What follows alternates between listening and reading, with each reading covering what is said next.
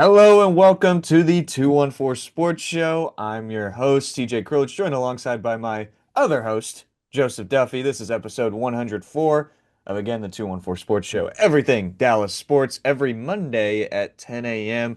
Joe, how are you doing today? I know it's Um, pretty cold up there. it's bad, very bad. But yeah, this winter storm has been beating up a lot of people across the country. Um, but I'm chilling up here for the most part, just trying to stay warm and not going outside as much. But it's very normal for a lot of these people up in the Northeast, so they're just keeping it moving and keep going to work like it's normal. Nothing's really getting canceled up here unless um, you're in the city school district sometimes. They've had rare cancellations, but I'm chilling and I'm glad to be back in podcast.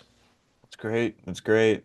Sorry about the snow though. That seems Ugh, I don't know if I could handle that. I mean, look, we're actually below freezing right now in Austin, Texas. I've But never seen anything like second that. Tuesday we will be at 70 degrees for the high. So it's going to be pretty short-lived this week, other than last weekend when it was actually very icy and we could go sledding and stuff because there's a lot of ice on the ground. But anyways.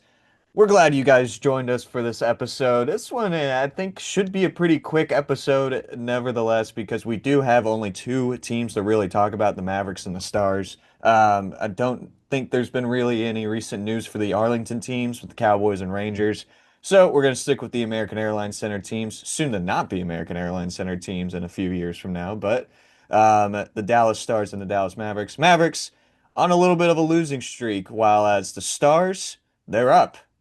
They are up and they are starting to win some games, starting to win against some hot teams, against some good teams, and that's a good step in the right direction after the horrible, horrible month of January that they had. So good way to close out the month. But anyways, let's go ahead and get started. I want to say that I want to get with this first segment real quick. Because I was thinking about it just like a few days ago, and I was like, this is something that we could put in the podcast. But we really only talk about four teams in Dallas. We don't talk about the collegiate teams. We don't talk about the Dallas Wings. I know. Let me address the elephant in the room here. Uh, um, look, so Unfortunately. we only talk really about the Mavs, Stars, Rangers, and Cowboys. I was thinking, man, how badly would I want each of these teams to win a championship? Now, obviously, I want all of them to win a championship badly. I don't care if I've already seen the Rangers win a World Series. I want to see them win another. But I'm trying to think of like how could I rank these teams in the most and like how I want them to win a championship. And I thought ours would be much different. So I don't know if you've ever thought about this. I don't know if you've ever ranked them. Seems like you have. Yeah. Do you have a list? Well, if you're from Boston, it's basically just eeny, meeny, miny, mo at that point. You can wake up feeling different every single morning based on how much their city wins. It's so frustrating. They're It gonna have a is. chance for another championship this Sunday, in the Super Bowl when that comes It's out. either DeMarcus Lawrence proves us right. DeMarcus Lawrence, save me. Please, Tank, save me. But Crazy, man. number one for sure, until they finally do it, will always be the Dallas Cowboys on my list. Number one, I will be actually unbearable. The Dallas Cowboys won a Super Bowl. Um, number two, I actually think I'd go the Stars. Formerly I would say the Rangers because I mean, we'd suffered as a fan base for a long time. Since they won in 2023, I think I can sit back a little bit easy now. I want to see the Stars do something again. It's been way too Wow. long. It's been way too long. I want to see them have a modern title, in the actual 21st century. Wow. It'd be awesome to see that. I would root for the Stars, number two, to win a title in DFW. Number three, I think I'd go the Mavs for sure because it's been a tumultuous past year. Actually, the 1 year anniversary since the famous Shams tweet announcing the trade Oh in its boy. entirety of Luka going to the Lakers and the return that the Mavs got. I think number three, the Mavs for sure should be there, and then number four, the Rangers. Based on the fact that the team is just not near that World Series look that they had just a few seasons ago. I mean, there's not many names that are recognizable from that World Series roster. Brochi's already gone. The whole roster is Hmm. almost unrecognizable. Simeon just left, and there's a new manager, a new coaching staff. So I think number four is the Rangers, also based off, their recent success. They just won. So I'm gonna go Cowboys, Stars, Mavs, and then Rangers. I'm actually surprised. I did not think we have pretty similar list. I was gonna go with the Mavericks at four. Because this is a tough one. I would say the Mavericks at one just a few years ago, but now it's just there's not much identity with the team. Like you're kind of saying with the Rangers, the Mavericks, it's just I it's hard to care about them anymore. Obviously I still do. Obviously I still tune into the games. Obviously I still make a weekly podcast where I talk about the Mavericks. So I do care about them very much still, but they aren't the childhood team that I grew up with. And I would obviously love to see them win a title, but if I had to think about the other three teams, I would want it more. And I'm gonna go with the Rangers at three because I want to see them overcome the fraudulent talks. There's so much about this 2023 World Series. Like, man, this 2023 World Series even happened. I totally forgot about it. Hmm. And I mean, yeah, at least watch World Series. Now you go two straight seasons afterwards, not making the postseason. It's fraudulent. You can tell. I mean, and I don't say that it's fraudulent. I'm just saying that's what people say. Obviously, it's not fraudulent. 11 and 0 on the road is not fraudulent at all. There's nothing fraudulent about that. But um, I just want to see this team prove them wrong. We had all that talk and Kevin Pillar, these people, Jonah Heim, the Marcus Simeon and Corey Seager feud that we don't know is true or not.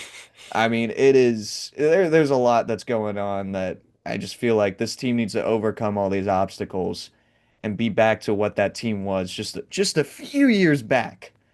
But anyways, yeah, number two. I'm going with the Dallas Stars.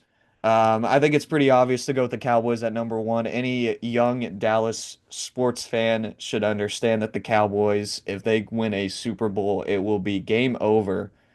It will be absolutely insanity across all streets of Dallas, and that that's a moment where everybody can finally shut up about because I'm just saying being in Austin, you get the I'm a Cowboys fan, and people are like oh you know like I'm sorry, bless Yeah. your heart, or they say it in a much meaner way. But The old Southern bless your heart. yeah, yeah. Nice little shot right there. And so I'm going with the Cowboys at one, the Stars at two. Too many Western Conference Finals appearances to not win a Stanley Cup with this team. With this core, you have to win one at this point. It's necessary for my sanity.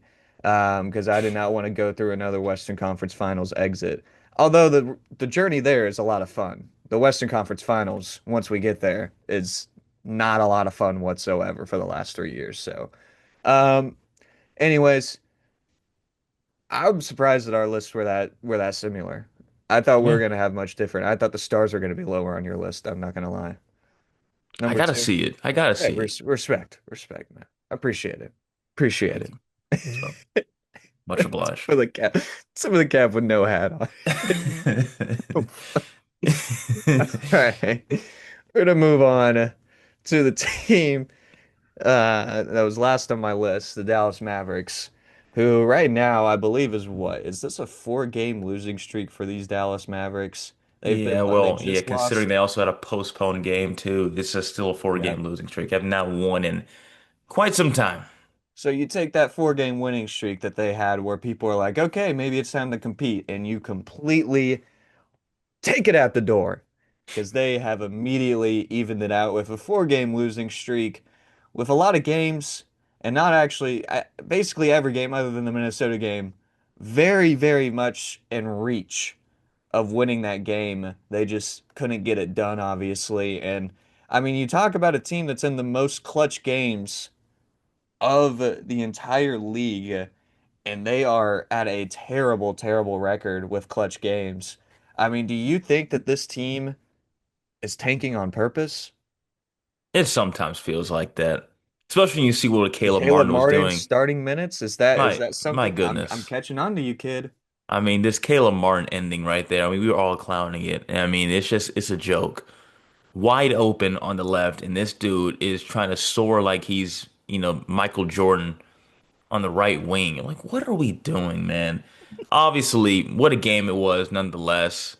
A 49-point dominating effort from a young guy in Cooper Flag, really living up to that number one pick label, which surprisingly, he's still somehow getting hate for. I don't know how that is that he's getting hate right now at his age, especially after what he's done in his young career. Jamal Mashburn, I don't know if you saw in the Big I think it 12 on comes with the TNT. success. Yeah, I mean, the Big 12 on TNT, the guy named former player Jamal Mashburn was criticizing him, saying he doesn't think he could be, better than the top five freshmen right now in the NCAA if he were to come back for another year at Duke. And I don't know how you say that when a guy scored 49 in an NBA game and also just had another 30-point game. So two straight 30-point double doubles at the age of 19 is absolutely nutty. You just gotta tip your cap. He is really living up to that label and even and then some. It definitely feels like this team is just struggling a little too much in the clutch. It definitely feels a little nasty sometimes because especially that Caleb Martin play, man. Just hard to watch. And to prove That his old team wrong, you know? Yeah, they had that game, man. They have like a lot of these games. It's so frustrating considering that 4-game win streak we were looking at just a few weeks ago thinking, okay, maybe this team is not no down for the count just yet. Maybe they do want to compete a little bit.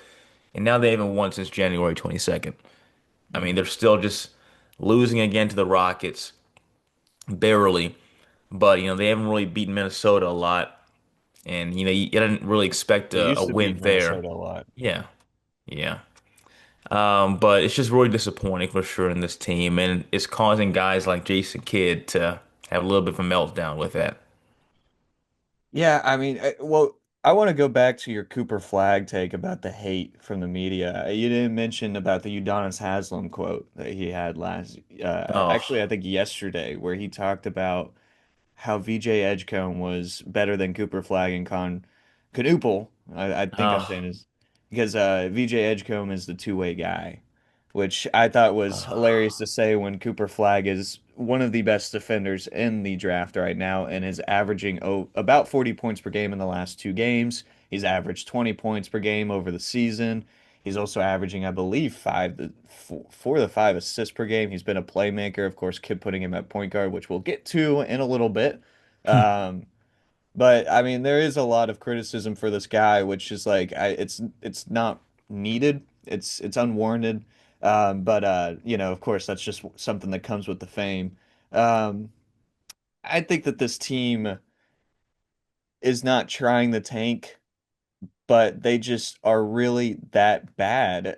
I mean, I've always said this about this team this entire season that they just don't have their team is built around Luca, and they still are. There's still a lot of players on this team from that finals team, and it's just weird to see they don't know how to complement each other. They knew how to complement each other with Luca on the team.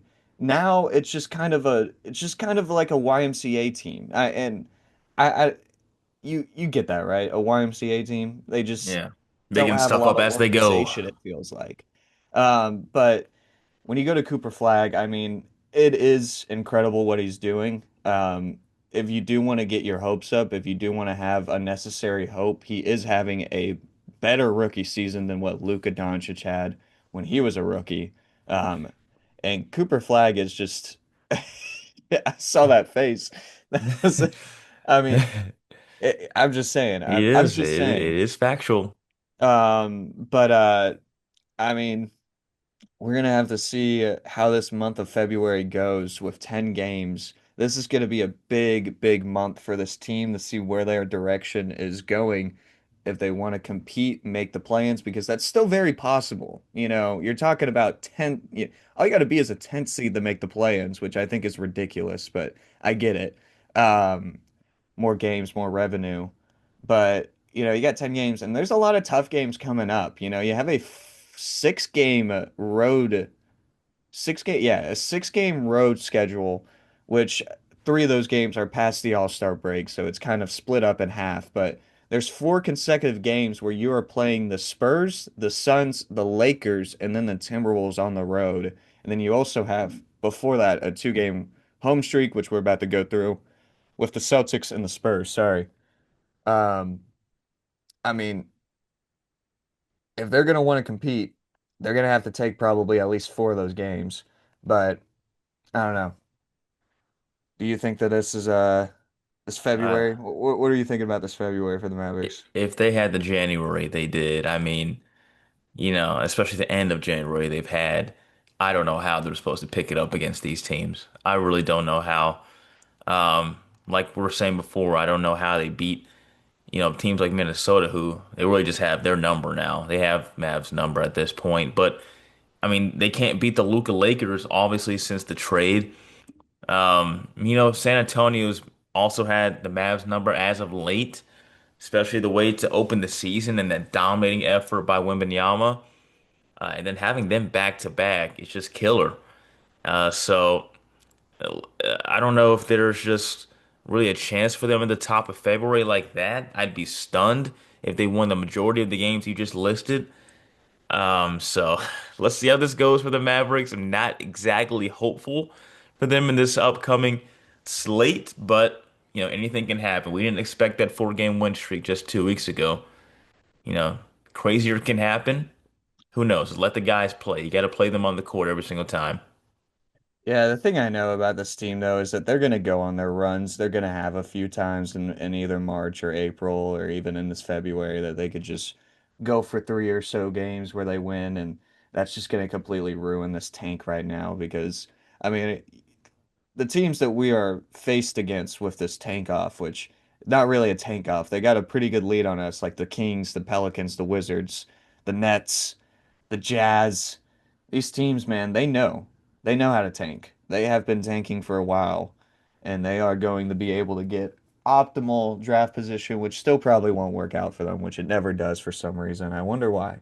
But I mean, it's I just know that this team is going to be smack down the middle between play-ins and tanking, and it's not going to be a good look. They're not going to get as lucky as they were last year in the draft. Maybe they will, but I tend to kind of not favor the side of optimism when it comes to the draft lottery, even after last year, just because that was the only time that the Mavericks have moved up ever, and it just happened to so it just happened after one of the biggest trades in sports history for the Mavericks. That was a big loss for them. So I don't know. I have a tough time believing that the Mavericks will move up again. But let's move on to Jason Kidd real quick. He Oh had a very boy. interesting profanity rant happen yesterday, which we got some comments about. Well, I guess sorry, it was after the Rockets game on Saturday night. So Kidd, he was asked about reports of criticism he's received for playing Cooper Flag now. I know this is I can't remember what the guy's name was. It's Ron something, right? Yeah, I know who you're talking about. Yeah. Sorry, Ron. I don't know your last name, but I know your handle's Ron No Sports. Hmm. Um, look, he was talking about Cooper Flag. He said that Jason Kidd cut him off, and he was gonna say something about how he is actually Cooper Flag has looked good at point guard, but Jason Kidd cut him off. He's very angry about the end of the game against the Rockets. He thought Cooper Flag got fouled. He also had a pretty big rant about that one, calling the refs horrible, which he'll for sure get fined for. But yeah, so he interrupted the question right before Ron could finish the question, and this is what he said. Now this is verbatim, all right. But he said, "I don't give a fuck about the criticism. Criticism, that's your opinion. You guys write that bullshit. That's not. I've done this. I've played this game. I played at a very high level. I know what the fuck I'm doing." And then he also said, "Well, I don't give a fuck what you guys write because you guys have never played the game. And so I build players. So I know what the fuck I'm doing. So to take criticism, it only makes me better. Because if I wasn't doing it right, you guys wouldn't be poking holes in what I've done." So those last two sentences are pretty interesting to me. I don't know about you. Talk that talk, Oakland Jason Kidd, the Hall of Famer. My God, I feel Kind like of we've wish seen to so many rants from him. see that emotion a little bit Yeah, more. where's that in the sidelines, Jason Kidd? Where's that during timeouts ripping these guys when they go on a bad run? I mean, sometimes it just gets infuriating. I have a nuanced take with this because look, clearly Jason Kidd has the credentials.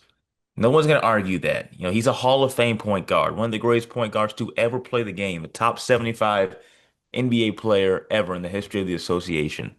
We know this. I also hate when they do this to reporters because I'm sure they wouldn't argue that they know more than, an NBA coach. I'm sure they would never say that. But I feel like you lose every single time you say, I played this game and you didn't, therefore you can't have an opinion or you can't have a take. We see this a lot with a lot of modern coaches, modern analysts today that are former players. They go after the analyst who didn't have the athletic background that they had, and they, look down on them because their opinion differs from them. We saw this with Peter Schrager and I believe Ryan Clark, this past NFL season.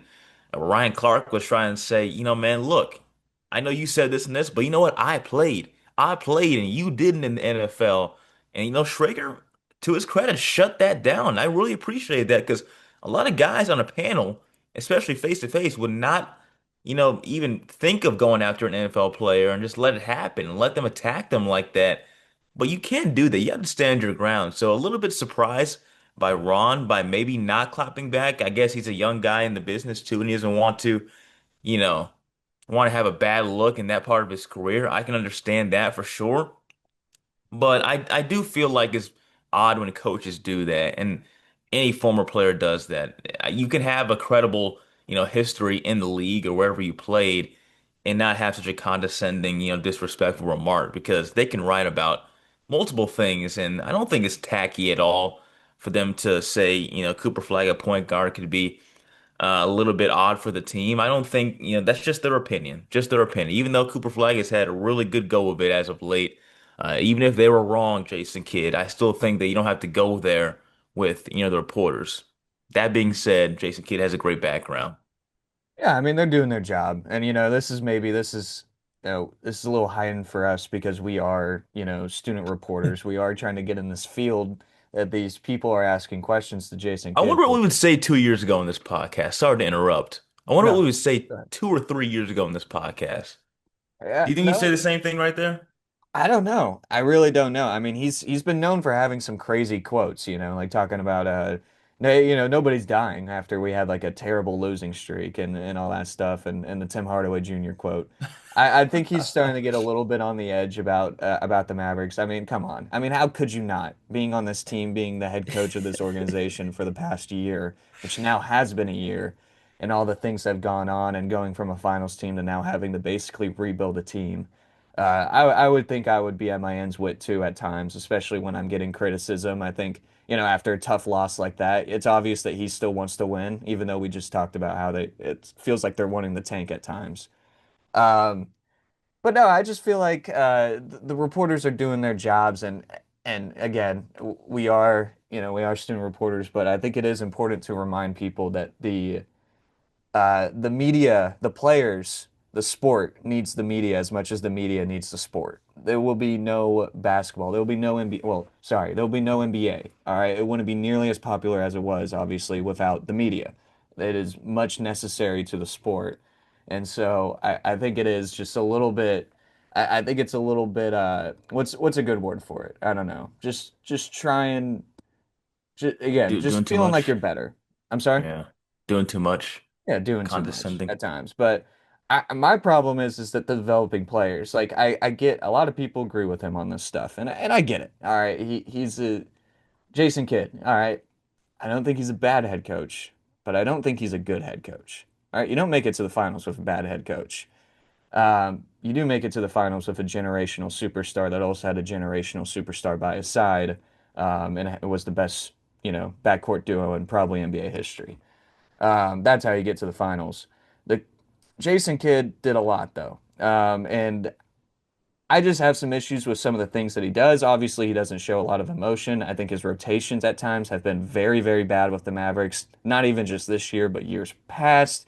This year specifically was starting Caleb Martin, all these minutes to him, just constantly switching up the starting lineup. Um, I also think that his late game situations, which we have seen the clutch games and the amount of losses that the Mavs have this season, his clutch games, his preparation for that isn't that good, I think. I mean, back then when we had Luca, it seemed like the only thing that he wanted to do, he never set up a play for Luca. He never got him open. It was just find a way to get Luca the ball and just let him find a way to get a shot up, which doesn't on paper seem that bad of a bad of a setup because it's Luka Doncic, but you forget that people come in and double team and all this stuff, and now it's just basic. Now the ball's in the hands of Dante Exum with the game on the line, which he delivered. He delivered a few times, but you don't expect it. You don't expect it Dante every time. Exum. So Oh, there's a lot of Dante's things, Inferno. but what a great call. But we're getting back to the developing players part, which I get it. All right, he developed Giannis, and he's going to develop Cooper Flag, but it's not like he's this perfect developer. All right, I know I understand he is a good blueprint to Giannis's success, but there's a lot of Mavericks, young Mavericks from the last few years that have failed when there was a lot of potential that could have happened. I'm talking Omax. I'm talking even somebody who's still on the team, Jaden Hardy. There's been a few. I can't think of the other ones on the top of my head right now, but I do have I do remember just thinking every now and then like, man, kid is not developing these guys right. They're not getting consistent minutes in the NBA. They're also getting benched at times. It just seems like there's a lot of moments where there's not a he's not helping them build confidence in the league. And with players like Jaden Hardy, I still think he isn't, which that experiment should be over by the deadline, I hope. But I guess we'll see. That's just my issue with this, is that Believed in him I and understand what you're Omax. doing, kid, but there are, it's not like you're perfect at it. Do you think he's hyping himself up a little too much? Is what you're saying? Yes. He's Yes. relying too much on the backs of guys like Giannis. And if you do you want to say he developed? He didn't develop Luka. I shouldn't say that. Firstly, Luka was already doing his thing in Europe, and then Rick Carlisle had him. So you can't even say he developed Luka. Hmm. Yeah, I mean he's tooting his horn. I guess that's how you defend yourself. So in that way, I can understand why he's doing that. But clearly, coming off a loss, you're gonna feel a little bit of a way, and he's gonna have a little bit of more emotion in the post-game presser. We don't imagine how that feels sometimes. We're not in that position. Like you coming off a clutch loss, a chance you could have won to break a losing streak, and then all of a sudden you get all these mics in your face and you got to answer questions for like 15 minutes. Like it would be infuriating to me, but you got to have better composure for sure. You have to. Because now, that clip is spread like wildfire, Oh, that man. look on his Everybody, face when he's answering, man. I mean, he is. yeah, I mean, just bad, bad look. It looks like he's on drugs, man. He's like, he's got. I know what I'm doing. Because now you got to go back to them after the next game. You got to go back to them. You mean Yeah, I know. you That only put is a a good wider point. target on your back when you have these rants. They're Yep, not you're gonna gonna be just in the same room with the same people sooner or yeah, it's later. not changing, man. So, moving on to the Dallas Stars. I know we took a while to get to the Stars. Sorry to all the Stars fans that depend on our podcast for the news of this team, for not giving them not as nearly as much attention as the Mavericks this episode. But there is a lot more to talk about with the Mavericks this week, I believe. But we'll go over the Stars, of course. We'll still give them the respect they deserve. They are on a four-game winning streak, which is beautiful, beautiful. Of course, two of those games against the St. Louis Blues, who are the worst in the Central Division.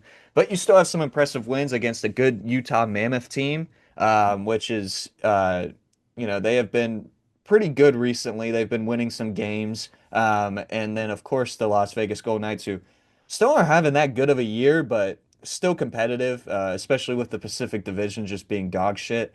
But it's been a pretty good streak, especially after you talk about that terrible, terrible slide throughout the whole month of December and January, late December and January, where you saw a 6 game losing streak at once, a 3 game losing streak at once, multiple games where they were only scoring about 1 goal or 2 goals per game throughout a big stretch. You lost 1-0 to Columbus just a week ago. Now they're finally starting to bounce back. They've had a lot of hot starts. Now, these games, they are walking on a very, very, very thin level of ice with this 4 game winning streak. Because all these games have only been by 1 goal. But actually only 3 of those games, or actually, sorry, one of those 4 games, they've had to go the overtime. They've won the other 3 games in regulation, which is insane to think about. 2 of those games against St. Louis, they were up multiple goals, gave up that multiple goal lead in the third period, but then scored the winning goal with a minute left in regulation. You go to the Vegas game where they were up 3 goals going into the third period, another multi-goal lead going into the third period, blew it again. Now, this time they had to go to overtime. They ended up going to a shootout and finally winning at that point against Vegas. And then Utah, they had another multi-goal lead in the third period. Now, this time they finally did not blow it, but they did make it very, very, very close. They were up 3-1. Yamamoto for the Utah Mammoth scored his second goal in the third period pretty early in, and it was definitely a lot of very nervous nail biting going on for me and a lot of Stars fans, knowing what this road probably leads to, which was going to be a tie game. But they prevailed, won that game, and they are now heading back home for 2 games before the Winter Olympics to try to see if they can keep that winning streak going and see if there's any chance at all, which probably won't be, but you never know, of catching up to Colorado for that number 1 spot in the Central Division. Also, just to make sure that they can, keep up with Minnesota. Minnesota right now, 1 game, 1 point above with 1 extra game. I'm sorry, we have 1 extra game in hand. They are up 1 point in the standings as of right now. So going back to the start of the season when the Avs and Stars were very, on top of the league, there was a big drop off between the two teams in points. Now you look at them now, the Avalanche are still up there. The Stars have finally kind of leveled up with the rest of the teams, the top teams in the league. I mean, now you're going to get this big break. Is this how are you feeling about the Stars right now, Joe? What's the current state of your Well, thoughts on it's Well, it's definitely a way to close in. I hope they close better to round out this trip before the Olympics. But, you have to be encouraged by what you've seen in the end of January because it felt like it was almost the end of the world when they were losing multiple games to the Chicago Blackhawks at home in Chicago. Just could not figure it out at all in that 6 game losing streak. It almost feels so far in this past month, a little bit of the 23 Rangers. I don't know why, because, sometimes in July and August, they just have a nice hot streak and then all of a sudden they get swept. And, with this team, we know how talented they are. They had an explosive start with Colorado, as you were talking about. But this team is showing that they know how to, get past somebody. And they got that meaningful win against Vegas in a game that, this gave them a point, as you were talking about off camera. Just gave them a point after having a sizable lead. Could have really used a good complete win right there without the shootout. But, this team I think is in a really good position with Glenn Gulutzan back for his second stint. I think this is a really solid first half start. They're going to have a long break to really recoup, as well as a lot of other players and get healthy again. Um, but, this break is going to come at the perfect time, I think for sure. I know they're on a winning Yeah. streak, and sometimes it's tough to regather and find your groove again when you're winning like this. But I trust this team because I feel like it could have been much, much worse based on how they were playing just 3 weeks ago, a month ago. Having that Columbus loss just a week ago, as we were talking about being shut out against the Blue Jackets. What a game from Casey to Smith against Utah. So I really think that they're in a really solid position as a unit. And honestly, the sky's the limit for this team. I don't want to think that they're inevitable, but I do think they're in a solid position based off how they've been in the first half in the previous season. So I think it's a really good start for them, and I want to see what they can do in the second half for sure. I think it is a very good start for them. And just before we end this episode, I do want to point out that I did say last week or 2 weeks ago that I wanted a few of these goal scorers to step up. Their power play has been better also in this recent games, but also just the scoring depth that I've been kind of complaining about. You talk about Thomas Harley and Matt Duchene, who I was kind of calling out specifically Oof. 1 or 2 weeks ago, both of them multiple goals in this 4 game winning streak. So, way to step up, boys. I'm very happy for this team right now, and I hope that they can keep it going. Obviously, they got Winnipeg Jets tonight at I believe 7 o'clock at the American Airlines Center. But that will do it for episode 104 for the 214 Sports Show. If you like this episode, please like, subscribe, share the video, comment, give us any feedback of what you think about this podcast, what can make it better, anything. And If you want to follow us on our social medias, you can follow us at 214 Sports Show on Twitter/X, Instagram, and TikTok. You can find us on all of those platforms at adding some extra content on today's date, all that stuff. Joe, what are your socials? You can follow me at Joseph_Duffy99 on Twitter/X and Instagram. You can follow me at TJ_Krilowicz on X/Twitter and TJ.Krilowicz on Instagram. Once again, please like and subscribe. You can find us on YouTube or Spotify at the 214 Sports Show. You can find all the links in the description. But thank you very much for thank you very much for joining us for episode 104. I hope you guys have an amazing week, and we'll see you for episode 105.